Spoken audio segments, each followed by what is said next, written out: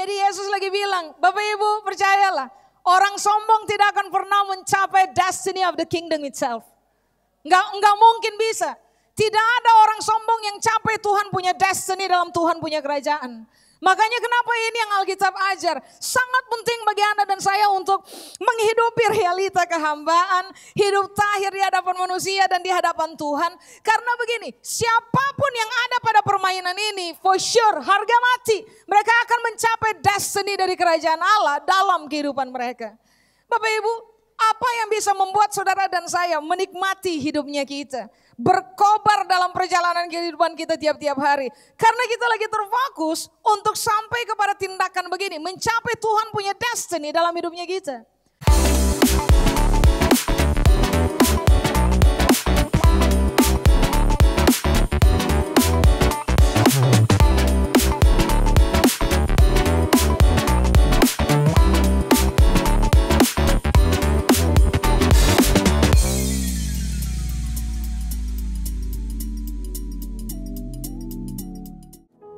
Shalom Bapak Ibu, apa kabar? Puji Tuhan, senang bisa ketemu dengan Bapak Ibu Saudara sekalian. Jadi Bapak Ibu, mari saya ajak kita untuk buka bersama-sama di dalam Yohanes pasal yang ke-13. Saya akan baca ayat lompat-lompat hari ini Bapak Ibu, dari ayat 4 sampai ke ayat yang ke-5, lalu kita lompat ke ayat yang ke-8, lalu kita lanjut lagi ke ayat 14 sampai dengan ayat yang ke-17. Yohanes pasal 13 ayat 4, 5, 8, 14 sampai dengan 17. Jadi kalau saudara sudah siap, saya akan baca untuk kita. Ayat 4. Lalu bangunlah Yesus dan menanggalkan jubahnya. Ia mengambil sehelai kain linen dan mengikatkannya pada pinggangnya. Semua kita tahu Bapak Ibu bahwa kain yang diikatkan pada pinggang adalah cara berpakaian budak atau pelayan pada zaman itu. Jadi dengan kata lain ayat 4, Alkitab bilang bahwa Yesus hari itu memutuskan untuk menggambarkan dirinya sebagai seorang pelayan, orang yang mau melayani, orang yang merendahkan diri, dan orang yang memutuskan untuk menghamba. Itu tuh ayat 4. Sudah? Lalu mari kita lihat di ayat yang ke-5. Di ayat yang ke-5 Alkitab bilang kemudian ia menuangkan air ke dalam sebuah basi dan mulai membasuh kaki murid-muridnya.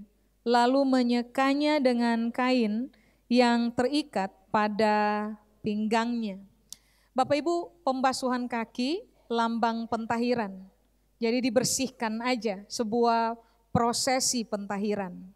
Ini yang saudara harus cermati, bahwa dulu di zaman Yesus hidup, di depan rumah-rumah orang Yahudi, biasanya memang disediakan tempat pembasuhan kaki. Mengapa?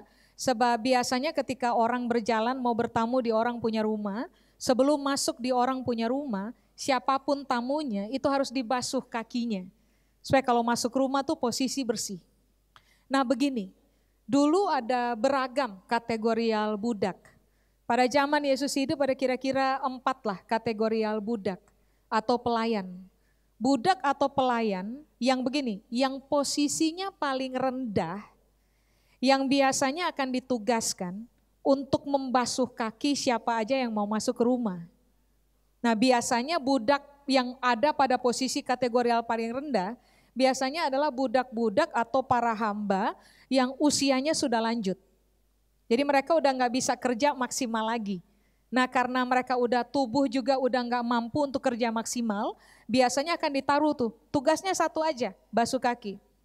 Kalau bukan itu biasanya yang bertugas basuh kaki adalah hamba-hamba atau pelayan-pelayan yang ternyata begini, cacat. Gitu. Mereka cacat, mereka gak bisa melakukan aktivitas lebih sehingga pada akhirnya mereka diletakkan tuh di depan rumah, tugas satu saja, basuh kaki.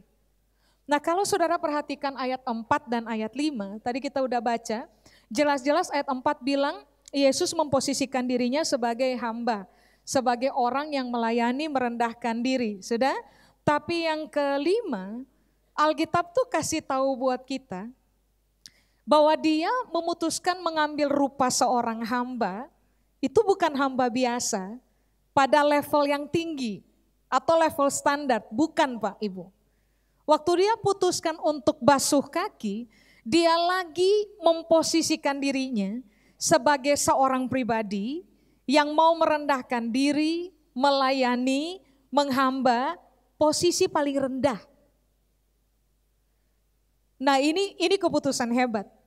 Makanya kalau saudara baca Filipi pasal 2, saudara akan mendapatikan Alkitab bilang begini. Ia mengosongkan dirinya, mengambil rupa seorang hamba, menjadi sama seperti manusia. Sudah? Mengosongkan dirinya, bahasa Inggris, Alkitab bahasa Inggris kalau saudara punya, Alkitab bahasa Inggris bilang begini, He made himself of no reputation. Dia bikin dirinya tanpa reputasi. Kalau orang masih mau bermain reputasi Pak, Ibu, mereka bahkan gak akan mau ambil posisi hamba walaupun di level paling tinggi. Persoalannya Alkitab berupaya memberitahukan kepada kita, Yesus yang kita akui sebagai Tuhan dan Raja dalam kehidupannya kita, dari sejak awal dia sudah sadar betul bahwa begini, permainan reputasi menjadi tidak penting lagi demi pemenuhan kehendak Tuhan dalam kehidupan. Makanya mengapa dalam prosesi pembasuhan kaki, Alkitab bilang begini, dia memang putuskan aja berpakaian layaknya hamba, memutuskan untuk menghamba dan ambil kategori level paling rendah untuk menjadi seorang hamba. Apa yang kemudian dia kerjakan? Sederhana Alkitab bilang, basuh kaki, mentahirkan orang, lambang sebuah pentahiran. Sudah? Oke, kita lompat ke ayat yang ke-8. Saya baca Pak Ibu. Kata Petrus kepadanya, engkau tidak akan membasuh kakiku sampai selama-lamanya. Jawab Yesus, jikalau aku tidak membasuh engkau, engkau tidak mendapat bagian dalam aku. Nanti saya jelaskan, kita lompat ke ayat 14.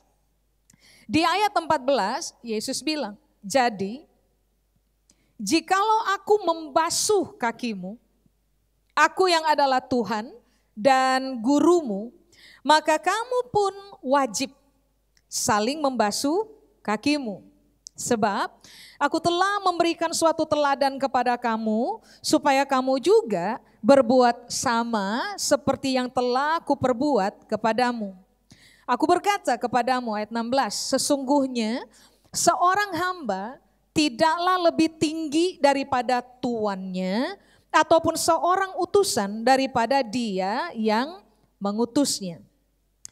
Jikalau kamu tahu semua ini, maka berbahagialah kamu jika kamu melakukannya. Nah mari kita kembali ke ayat yang ke-8.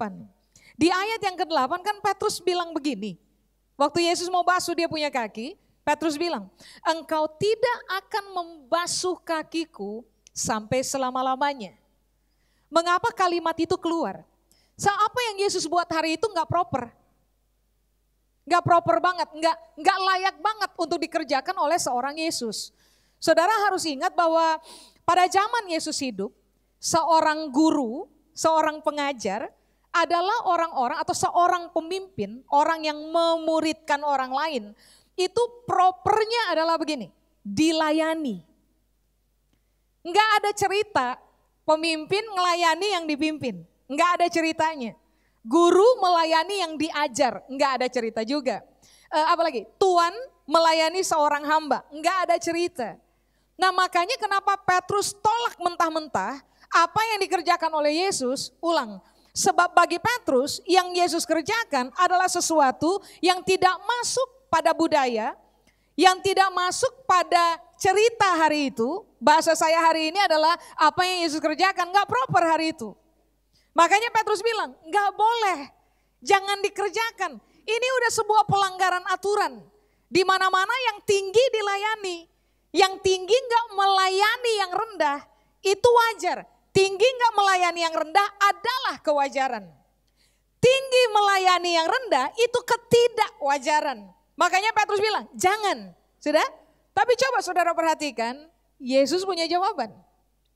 Yesus punya jawaban di ayat 8, dia bilang ini, jikalau aku tidak membasuh engkau, engkau tidak mendapat bagian dalam aku.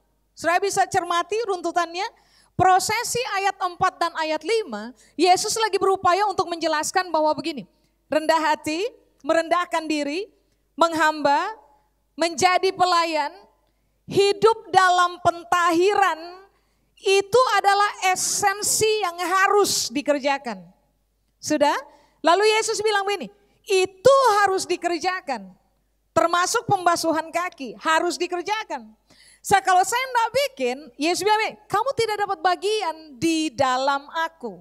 Nah, begini Bapak Ibu, kata bagian, bahasa Yunani bilang meros atau meiromai. Meros atau meiromai atau bagian, itu arti yang pertama adalah begini, kamu tidak akan mendapat jatah dalam kerajaan Allah. Berarti coba saudara lihat runtutannya.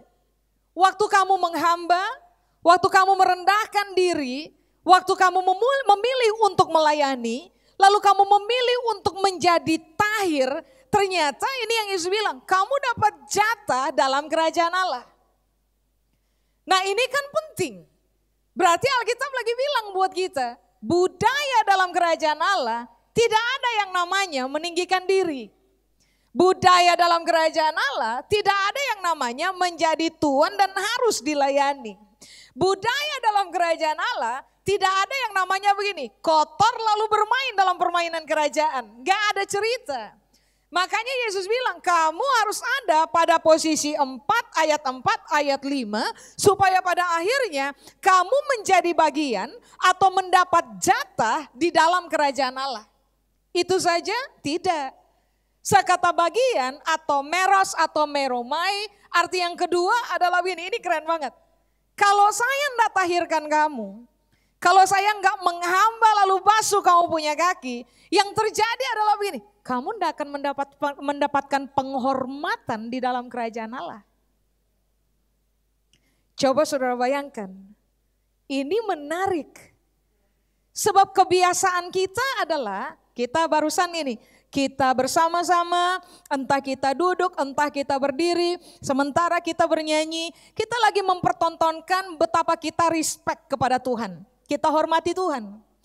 Tapi rupa-rupanya ada sebuah tahapan di mana Tuhan sendiri memutuskan untuk memberikan penghormatan kepada saudara dan saya. Pada proyeksi, ketika saudara dan saya ditemukan sebagai pribadi yang berani menghamba, berani merendahkan diri, berani memilih untuk melayani, dan ada pada posisi tahir.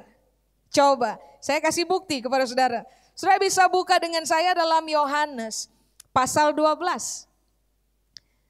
Ayat 26. Bapak Ibu, rata-rata orang cari hormat dari orang lain. Mari saya kasih tahu kepada saudara. Ada penghormatan yang jauh lebih tinggi yang saudara dan saya harus achieve. Penghormatan itu adalah poin di mana Tuhan sendiri hormati kita. Coba, Yohanes pasal 12 ayat 26. Sudah dapat? Yohanes pasal 12 ayat 26. Barang siapa melayani aku, posisi di mana? Posisi di bawah. Posisi di bawah. Barang siapa melayani aku, ia harus mengikut aku. Dan di mana aku berada, di situ pun siapa? Pelayan, main di bawah. Pelayanku akan berada. Lalu lihat kalimat berikutnya. Barang siapa melayani aku, konsep sederhana, jelas, pelayan. Barang siapa melayani aku, ia akan dihormati sama Bapa.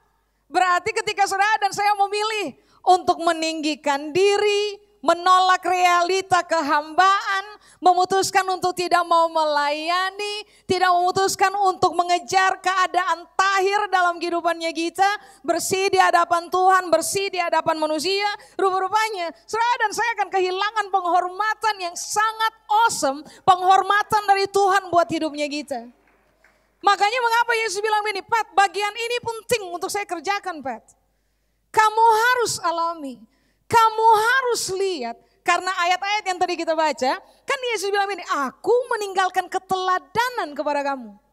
Keteladanan ini bukan cuma untuk kepentingan dikhotbahkan kan.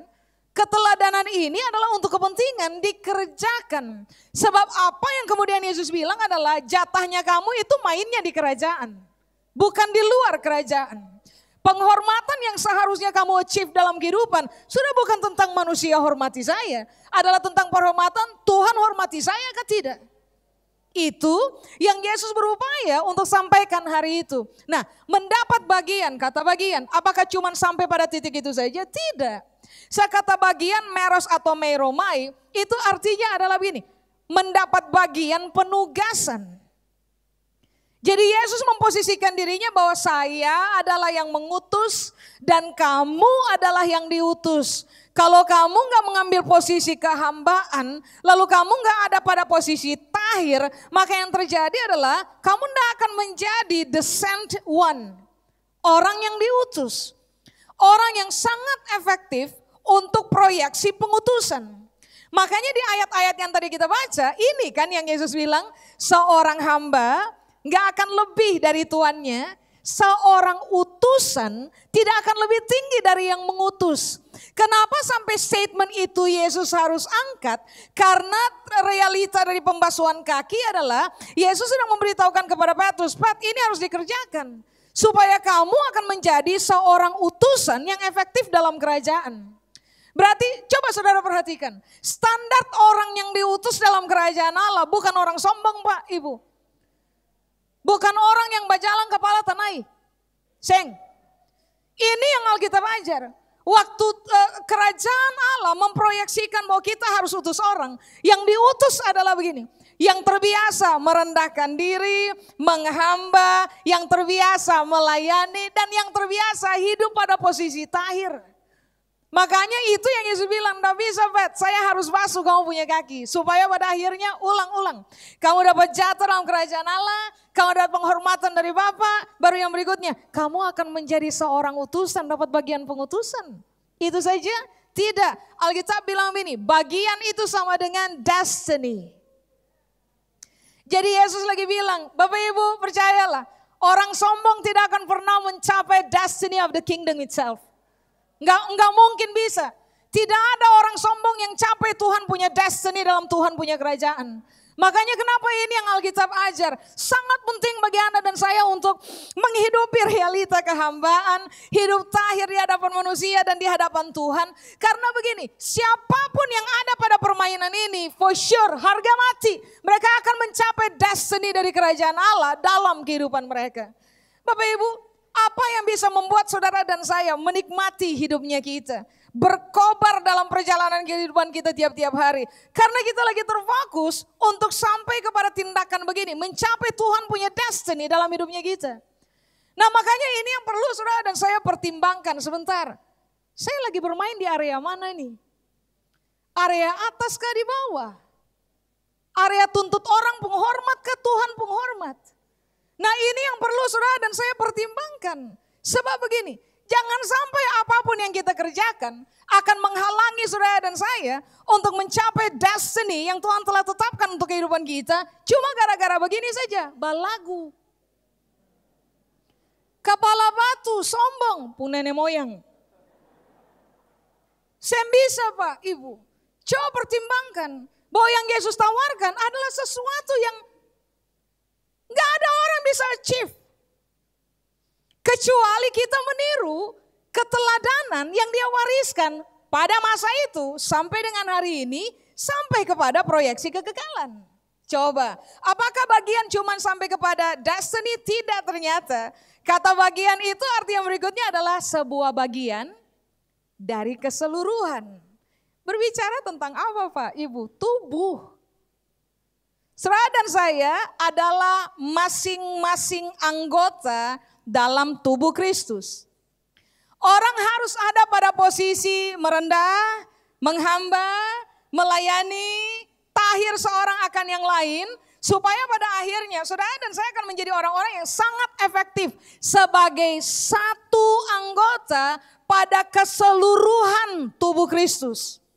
Orang-orang yang bermain pada standar yang Yesus sedang ajarkan adalah orang-orang yang akan begini Pak Ibu, menghargai siapa aja. Kita akan menjadi orang-orang yang sangat mahir dalam hubungan. Soalnya kita tahu bahwa tubuh Kristus isinya bukan mata aja. Tubuh Kristus isinya bukan mulut aja atau jari aja. Tubuh Kristus itu kontennya banyak banget dan kita hanya salah satu bagian. We need each other. Kita butuh seorang akan yang lain. Kalau saudara dan saya menjadi orang-orang yang butuh seorang akan yang lain, Bapak Ibu, kita akan berani sekali menghamba seorang akan yang lain, melayani seorang akan yang lain, dan memutuskan untuk menjadi bersih seorang akan yang lain. Karena kita tahu bahwa saya nggak bisa hidup tanpa orang lain. Itu kan konsep tubuh. Makanya coba saudara perhatikan, bahwa waktu Yesus terangkat ke sorga, murid-murid itu menjadi yang disebut dengan istilah begini, interdependensi. Saling bergantung seorang akan yang lain. Kenapa mereka menjadi saling bergantung seorang akan yang lain? Karena rupa-rupanya ada nilai-nilai yang mereka bukan hanya dengar Yesus ajar, tapi mereka lihat eye on eye, Yesus melakukannya. Makanya kemudian yang terjadi adalah mereka punya hubungan seorang akan yang lain itu menjadi solid. Karena mereka udah paham bahwa realita dari pembasuhan kaki dan merendahkan diri membuat mereka menjadi sebuah bagian dari keseluruhan. Amin. Jadi stop sudah bilang, oh beta bisa hidup tanpa dia. Saya masalah dia pergi saya apa-apa. Beta bisa hidup tanpa dia. Saya ada ale, saya apa-apa. Saya bisa. Orang-orang yang merendahkan diri dan hidup pada posisi tahir. Mereka akan menghargai hubungan begitu rupa. Sehingga yang terjadi adalah begini. Kita akan lebih memprioritaskan menyelesaikan hubungan. Karena kita adalah bagian dari tubuh Kristus. Itu konsepnya Yesus ajar. Baru yang terakhir. Kata bagian atau meros atau meromai. Arti yang terakhir adalah begini, kapasitas pada taraf tertentu. Berarti Yesus lagi bilang, kalau saya tidak basuh kamu punya kaki, kapasitas kamu tidak akan terentang pada taraf tertentu. Tadi pagi saya share buat teman-teman tadi pagi, saudara, Alkitab kan bilang begini kan, Yesus pernah sekali waktu keluarkan statement, kamu sekarang sudah bukan penjala ikan. Kamu naik level, mengalami perentangan kapasitas. Kamu udah bagian dalam kerajaan Allah, kapasitas terentang. Kamu berubah jadi penjala manusia. Itu saja? Tidak. Baca kitab Kisah Para Rasul, Alkitab bilang, orang-orang bodoh yang tidak terpelajar ini, mereka menggoncang dunia dengan berita mereka. Siapa yang sangka? Kemarin cuma nelayan di tengah laut. Tiba-tiba waktu dom berdiri, dom pemberita, guncang dunia. Ini bicara tentang apa? Kapasitas Pak Ibu. Dan kapasitas yang mengalami perentangan, Tuhan kerjakan di dalam kita. Ketika orang bermain dalam Tuhan punya permainan. Isinya adalah merendahkan diri, menghamba, melayani, bersih, tahir. Sudah? Coba lihat ayat 14. Yesus bilang begini. Aku membasuh kakimu. Lalu dia tekankan realita tentang siapa dia. Aku Tuhan. Level lebih tinggi dari Tuhan, level apa lagi? Susah ada Pak Ibu. Ayat 14 ini ayat cakep sekali. Karena dia lagi dia lagi kasih tahu buat orang lain hari itu bahwa coba bermain levelnya. Siapa yang lebih tinggi dari beta? Tuhan. Yesus bilang, sudah Tuhan saja? Tidak. Dia bilang berikutnya, guru. Dalam realita Yahudi, guru itu selevel paling tinggi sudah. Jadi ayat 14 dia lagi angkat, dia punya realita tuh. Saya punya level, saya nggak ada yang bisa lawan. Siapa yang berani kasih turun? Saya nggak ada. Karena saya Tuhan, saya guru. Tapi coba saudara lihat. Dia basuh kaki. Lalu di ayat 14 dia bilang begini. Beta yang Tuhan saja beta basuh. Basuh ale pun kaki. Beta yang guru saja beta basuh ale pun kaki. Lalu kalimat berikutnya ini yang Yesus bilang. Maka kamu pun bagaimana?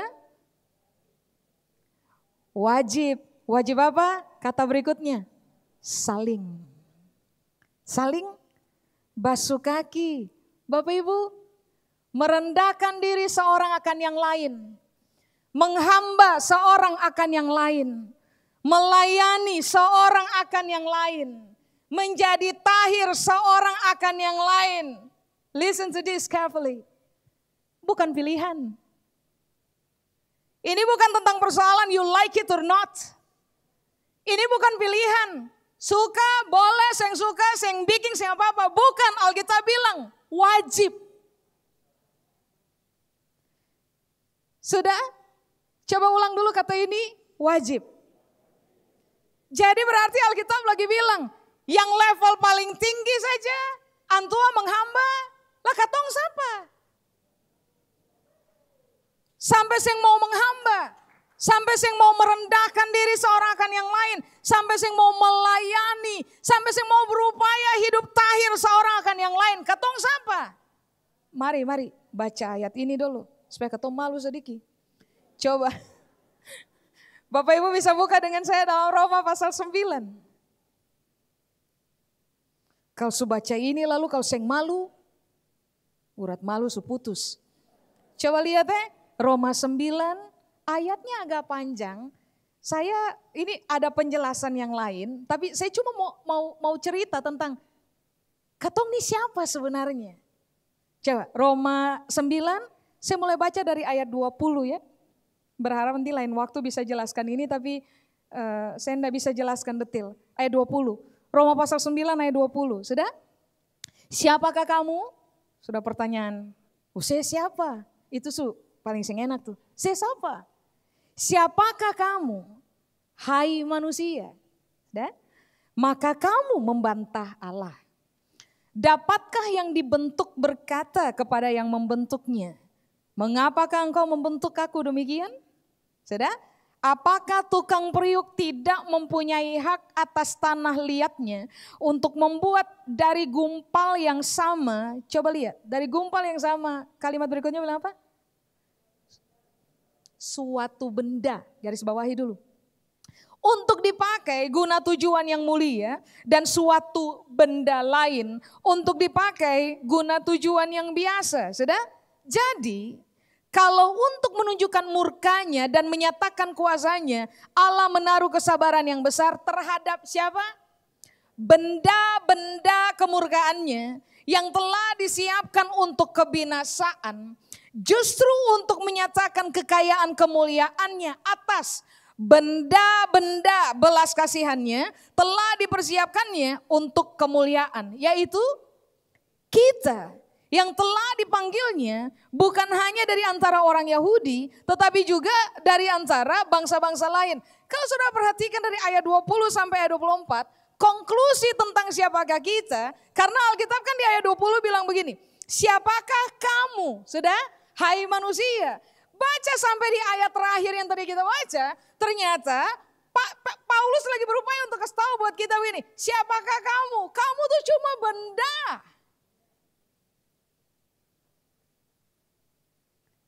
Saudara bisa lihat realita kita. Kita cuma benda Pak Ibu. Kayak begini nih, ini benda mati. Kita benda hidup.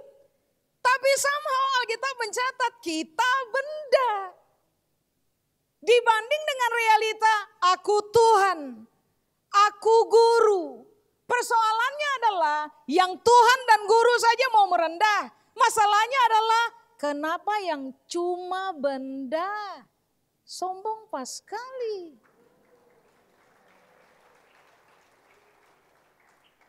Ini kan yang saudara dan saya perlu mempertimbangkannya. Somehow iya, Tuhan bilang kita berharga. Tuhan bilang, saudara baca aja Roma pasal 9, saudara akan menemukan bahwa kita ini kekasihnya. Kita ini adalah orang pilihannya. Tapi jangan lupa, jangan terlalu angkat diri tinggi. Ingat baik-baik, landasannya sederhana. Dibanding dengan Tuhan kita cuma benda. Yang kapan saja antu tinggal perintah nyawa antu ambil nyawa ketemu selesai.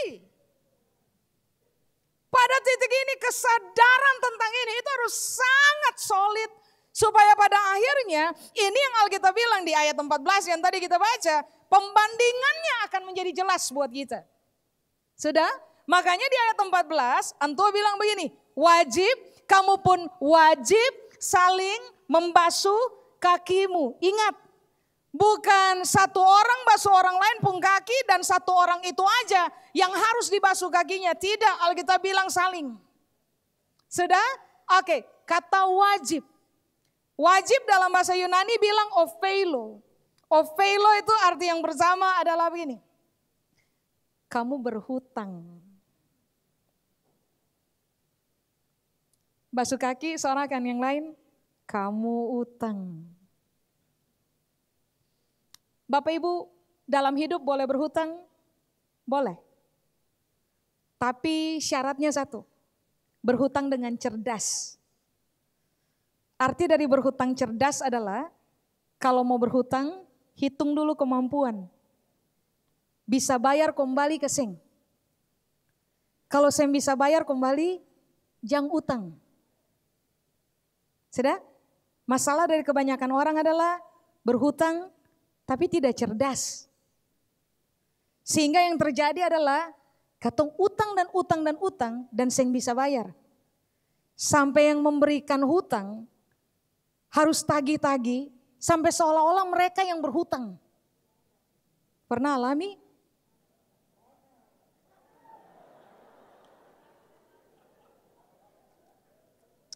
Katong pun rahasia tuh. Berhutang boleh, cerdaslah berhutang.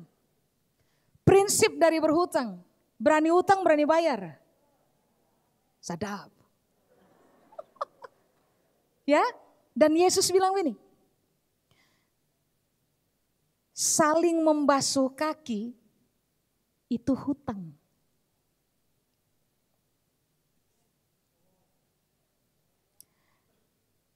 Beta yang merendahkan diri for Bung Joji, Bapak Joji, beta ada tumpuk hutang for orang tua.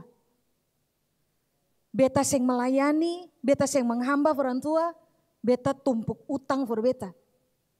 Beta yang putuskan hidup bersih terhadap orang tua, beta tumpuk hutang dalam beta. Pertanyaannya pertanyaan begini, mau mati bawa hutang?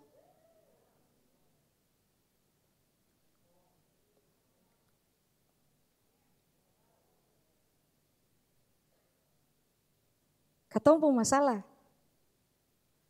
Katong sing suka ada pada posisi menjadi hamba, merendah, melayani, bersih.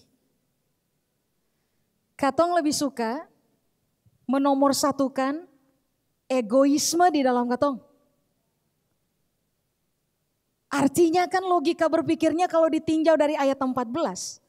Alkitab lagi bilang ini, katong lebih suka kumpul utang dalam hidup. Daripada jadi orang merdeka yang tidak punya beban hutang dalam hidup. Kalau mau menjadi orang merdeka yang tidak punya hutang dalam hidup, ini yang Yesus bilang, mainkan. Menghamba, merendahkan diri, melayani seorang akan yang lain. Hidup bersih seorang akan yang lain. Kita perlu melatih diri hidup bersih di hadapan Tuhan dan hidup bersih seorang akan yang lain. Kenapa kita harus melakukannya? Supaya ketonjang terlilit hutang Pak Ibu sampai mati. Bagaimana? Katong pasti punya banyak kekecewaan dalam katong pun hidup Pak Ibu. Ada banyak cerita-cerita begitu rupa yang bikin katong sakit setengah mati. Persoalannya adalah begini, orang lebih suka simpan sampah dalam diri, kepahitan, kemarahan, dendam, apalagi tekanan-tekanan, marah yang ditekan begitu rupa, berubah jadi sampah dalam ketompung hidup. Selain akan berubah jadi penyakit pada ketompung tubuh, tapi itu ternyata akan berubah menjadi hutang yang ikat ketong Pak Ibu. Dan ketong harus selesaikan akang, dan konsepnya Yesus bilang ini, beta yang Tuhan saja beta bikin akang. Lase cuma benda. Nah ini yang perlu kita pertimbangkan Pak Ibu. Hiduplah bersih, hiduplah merdeka dari hutang-hutang yang katong bikin sendiri dong katong pun hidup. Makanya kenapa Yesus bilang begini, this is a must. Ini sebuah kewajiban. Saudara, mau sakit hati pun nenek moyang sekalipun, selesaikan itu. Karena kalau saudara dan saya tidak menyelesaikannya, saudara dan saya berhutang. Mau orang merendahkan katong sampai pada titik terendah sekalipun, so be it. Buat katong, saya nggak ada masalah. Karena yang katong hendak achieve dalam hidup, bukan tentang manusia penghormat. Tapi tentang bagaimana Tuhan menghormati katong sampai kepada proyeksi kekekalan. Karena katong memutuskan dari sejak awal, beta hutang, beta harus bayar. Amin. Makanya dalam hubungan seorang akan yang lain. Orang tua terhadap anak. Suami terhadap istri, istri terhadap suami, anak terhadap orang tua. Menantu terhadap mertua, mertua terhadap menantu, you name it. Coba pertimbangkan baik. Tidak usah pikir tentang orang lain. Tinjau diri sendiri saja. Saya sudah menghamba kah belum? Saya sudah putuskan layani belum? Saya sudah putuskan merendahkan diri atau belum? Saya sudah memutuskan untuk tahir atau belum? Kalau belum berarti kasih tahu untuk diri sendiri. Beta hutang saya. Saya lagi hutang dengan saya punya saudara. Saya lagi hutang dengan saya punya orang dengan siapa saya sedang berhadapan. Dan utang ini saya harus pastikan selesaikan baru saya pulang. Ini mainan dalam kerajaan Allah Pak Ibu. Sebuah gaya hidup yang harusnya sangat terbiasa ditemukan dalam kita punya hidup. Amin. Berikutnya, kata wajib atau ofeilo. Arti yang berikutnya adalah begini, seharusnya. Berarti Alkitab bilang, kalau saudara dan saya tidak menghamba, tidak melayani, tidak memutuskan untuk merendahkan diri seorang akan yang lain, tidak memutuskan untuk hidup bersih seorang akan yang lain, Bapak Ibu, saudara dan saya sedang hidup tidak seharusnya. Tahu enggak? Yang wajar dalam kerajaan Allah adalah waktu orang menghamba. Yang wajar dalam kerajaan Allah adalah waktu orang merendahkan diri seorang akan yang lain. Yang wajar dalam kerajaan Allah adalah waktu orang memilih untuk melayani seorang akan yang lain. Yang wajar dalam kerajaan Allah adalah waktu saudara dan saya bersih seorang akan yang lain. Berarti kalau kita tidak bersih, tidak mau melayani, tidak mau menghamba, tidak mau begini, saling merendahkan diri, berarti saudara dan saya sedang hidup tidak wajar. Semua ketidakwajaran itu aneh Pak Ibu. Kita nggak bisa menjadikan sesuatu yang tidak wajar sebagai wajar, lalu kita menjadikan sesuatu yang wajar menjadi tidak wajar. Kita tidak bisa bilang ini terlalu sakit, saya bisa. Teori gampang, mengampuni apa? Terlalu sakit, saya bisa. Yang wajar adalah, sudah, dia pun dosa, beta bawa sampai mati.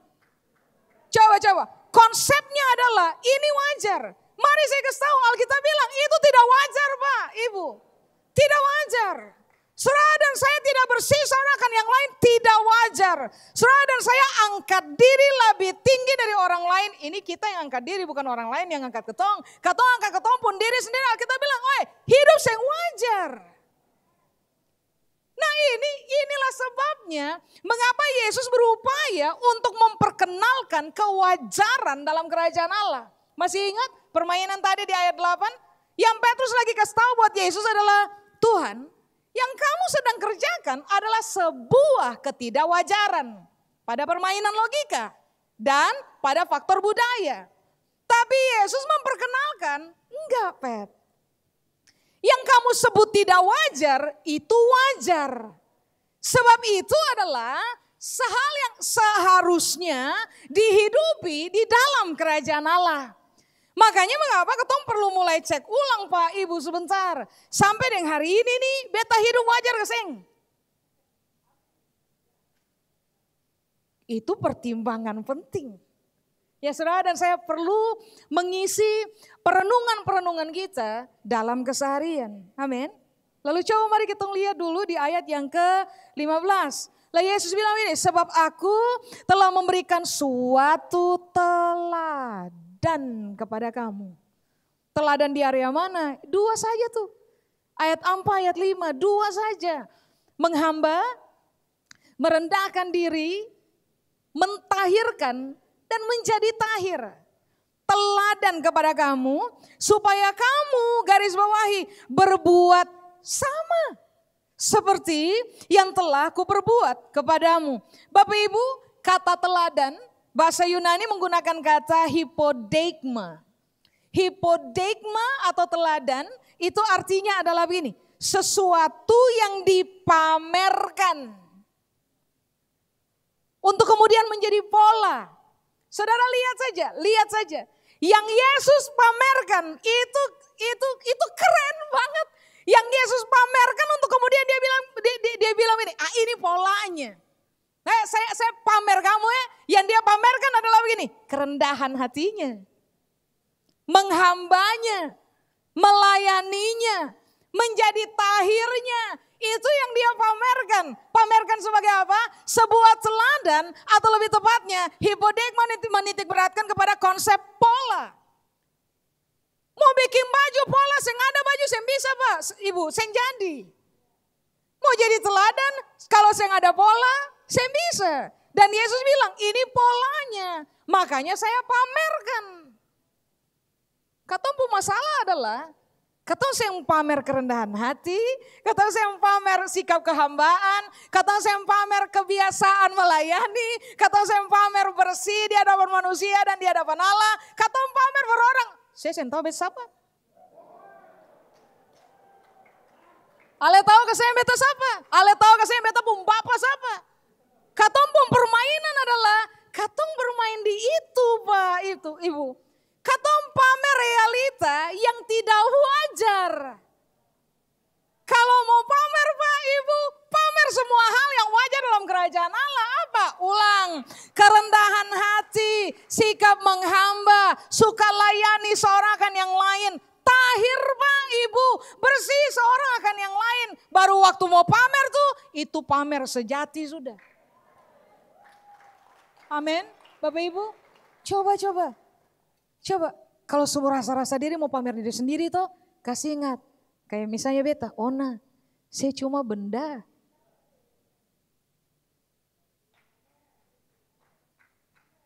Ini penting. Sudah? Teladan adalah, hipodeigma adalah salinan untuk ditiru. Yang hebat tentang Tuhan adalah, antum bikin pameran. Sudah? Antum ciptakan pola. Antum bikin salinan. Cuma for tujuan ini saja. Saudara dan saya bisa tiru. Saya usah terlalu susah. Tinggal copy saja, lalu pastakan. Tiru saja, salinan so ada. Katong pun masalah Pak, Ibu. Katong bikin salinan sendiri. Katong saya mau ikut antum pun salinan. Katong bikin ketemu salinan sendiri. Dan katong pikir bahwa ini salinan yang paling betul. Percayalah. Hiduplah pakai salinan sendiri. Hiduplah pakai pola sendiri. Saudara dan saya tidak akan pernah maksimal dalam kerajaan Allah. Kalau mau maksimal dalam kerajaan Allah, mencapai Tuhan punya destiny, saudara dan saya harus tiru antum pun pola. Antum pun salinan. Tiru aja. Amin. Coba lihat ayat 16. Sudah, aku berkata kepadamu sesungguhnya seorang hamba tidaklah lebih tinggi daripada tuannya. Ataupun seorang utusan daripada dia yang mengutusnya. Lalu lihat ayat 17. Jikalau kamu tahu semuanya ini. Semua yang mana? Ayat 4, ayat 5. Jikalau kamu tahu tentang merendahkan diri. Jikalau kamu tahu tentang menghamba seorang akan yang lain. Jikalau kamu tahu tentang melayani seorang akan yang lain. Jikalau kamu tahu tentang menjadi tahir. Alkitab bilang apa? Maka Berbahagialah kamu, garis bawahi, jikalau kamu melakukannya. Berarti Alkitab bilang begini, Bapak Ibu mau sombong sampai di mana? Tidak ada orang sombong yang bahagia. Seng ada. Mau simpan sampah sampai di mana? Seng ada orang yang simpan sampah dalam diri yang akan bahagia. Sejelas-jelas Yesus sudah kasih tahu, kalau kamu melakukannya, kamu tahu, lalu kamu melakukan. Persoalan dari kebanyakan orang adalah, besok tahu. Iya toh, Alkitab bilang itu besok tahu akan. Masalahnya adalah, saya bikin akan. Makanya saya bahagia. Prosesnya jelas. Kalau su tahu, bikin sudah. Coba, mari kita lihat kata tahu di situ. Yunani bilang eido. Eido itu bukan sekedar tahu selesai, tidak. Eido itu artinya begini, pengetahuan yang dipahami. Jadi bukan sekedar saudara dan saya tahu ayat, tahu bagaimana berkhotbah, tidak. Saudara dan saya tahu ayat dan paham itu ayat. Saudara dan saya tahu firman dan paham itu firman. Saudara dan saya tahu kebenaran dan paham itu kebenaran. Sudah? Setelah paham selesai? Tidak. Alkitab melanjutkannya dengan statement melakukan. Melakukan bahasa Yunani menggunakan kata poieo Pak Ibu. Poieo itu pengertian yang pertama adalah begini, melakukan karena setuju.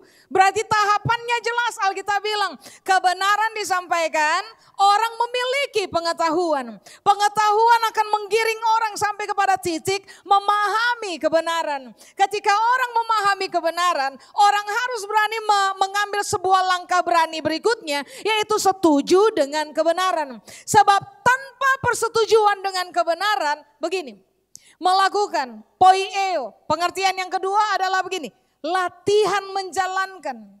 Tidak ada ketaatan kepada kebenaran tanpa persetujuan. Enggak ada cerita. Contoh yang tadi saya bilang Bapak Ibu, orang Kristen tahu ayat iya, orang Kristen hidupi ayat belum tentu. Orang Kristen tahu firman iya, orang Kristen lakukan firman belum tentu.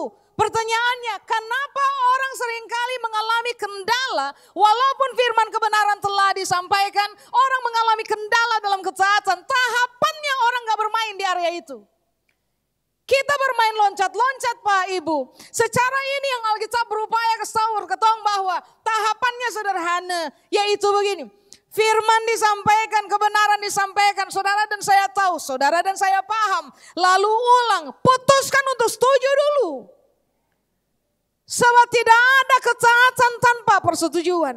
Setelah orang setuju, baru orang akan naik kepada tahapan latihan menjalankan. Bagaimana kalau hari ini gagal? Saya nggak apa-apa Pak, Ibu saya nggak apa-apa. Besok coba lagi. Bagaimana kalau besok gagal lagi taat kepada firman yang adalah kebenaran? Saya nggak apa-apa, lusa coba lagi. Selama proyeksinya kita jelas. Kita mau menjadi pribadi yang begini, meniru Tuhan punya salinan, melihat Tuhan punya pola, lalu pada akhirnya kita dapat mengerjakan apa bentuk keteladanan yang telah Tuhan wariskan kepada kita. Selama saudara dan saya hanya terfokus kepada orientasi hidup taat kepada firman Allah, kalau toh hari ini dalam proses berlatih gagal, saya nggak apa-apa. Jangan terlalu keras terhadap diri sendiri. Beta gagal, Tuhan tolak beta nih. Beta susah layak di hadapan Tuhan. Jadi sudah, saya masuk gereja lah sudah. Saya bisa, gagal hari ini, coba lagi besok, coba lagi besok. Tuhan juga tahu katong lagi latihan. Dan Tuhan tahu katong serius mau hidup benar. Makanya ini yang Yesus bilang. Siapapun tahu kebenaran, lalu dia melakukannya, dia akan berbahagia. Tahapan terakhir dari kata melakukan atau Yunani bilang poieo adalah mencapai apa yang dimaksudkan oleh firman. Mencapai kata taat itu sendiri. Baru Alkitab bilang, waktu kamu melakukannya, kamu bahagia. Bapak Ibu kata bahagia, Yunani bilang makariso.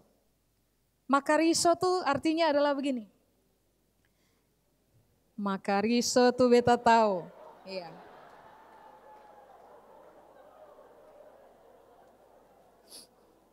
Saudara tak tahu, saya tak tahu.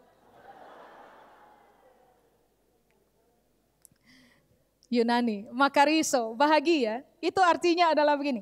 Diberkati hari ini sampai kepada proyeksi kekekalan. Sudah? 2, beruntung hari ini sampai kepada proyeksi kekekalan. 3, terakhir, kaya hari ini sampai kepada proyeksi kekekalan. Berarti Alkitab bilang, siapapun yang berani merendahkan diri, menghamba, melayani seorang akan yang lain, menjadi tahir di hadapan Tuhan dan di hadapan siapapun yang kita sedang berhadapan dengan mereka, lakukan saja, setuju, paham, setuju, latihan terus. Sampai kita terbiasa bermain di area itu, kita terbiasa hidup sebagaimana seharusnya. Alkitab bilang, Bapak Ibu, saudara dan saya akan menikmati berkat, keberuntungan, dan kekayaan hari ini. Tapi enggak stuck di bumi. Berlanjut itu. Sampai kepada kekekalan. Makanya kan apa yang kemudian perlu kita pertimbangkan hari ini adalah, oke, kita masih hidup di bumi, kita masih harus kerja, kita masih harus dapat uang. So untuk makan dan minum kita tidak bisa dapatkan cuma dengan kedip mata. Kita harus keluarkan uang, kita bisa makan dan minum. Somehow kita bisa mengumpulkan ya sepukul 2 pukul. Tapi ingat ini baik, waktu saudara dan saya harus berpulang kepada Tuhan, tidak ada satu peser pun dari materi yang akan kita bawa ke dalam kekekalan. Tapi ternyata Alkitab bilang begini, kita bisa mati dalam posisi kaya. Dan waktu kita bangun di dalam kekekalan, tetap dalam posisi kaya. Pada momen apa? Pada momen apa? Selama katong bekerja di bumi, hidup tiap-tiap hari, katong juga tahu bahwa katong juga sedang hidup dalam pola kerajaan Allah. Di mana katong harus memilih terbiasa tiap hari untuk merendahkan diri seorang akan yang lain, menghamba seorang akan yang lain, melayani seorang akan yang lain, menjadi tahir seorang akan yang lain. Harga mati katong tahu, beta mati kaya, beta bangkit beta kaya. Amin Bapak Ibu. Sudah, saya selesai. Saya undang Bapak Ibu mari bangkit berdiri. Mari kita datang kepada Tuhan.